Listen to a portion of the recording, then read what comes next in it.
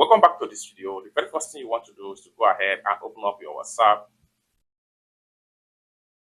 After you open up your WhatsApp, go ahead and select a particular document that you want to share or you want to upload to your Google Drive. So I'm going to use this contact right here.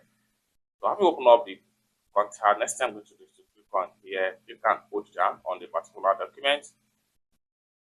Next thing you want to do is to go ahead and click on these three dots from the top corner. Then go ahead and click on share.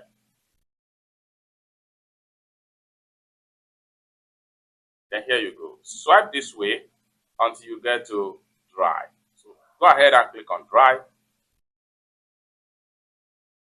Then here you go. Next thing you want to do is to go ahead and click on Upload.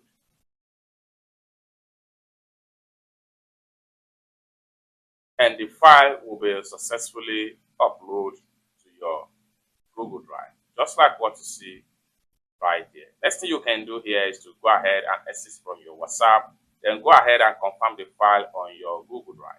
So you can see I have a one notification on my Google Drive recently. So go ahead and open up your Google Drive.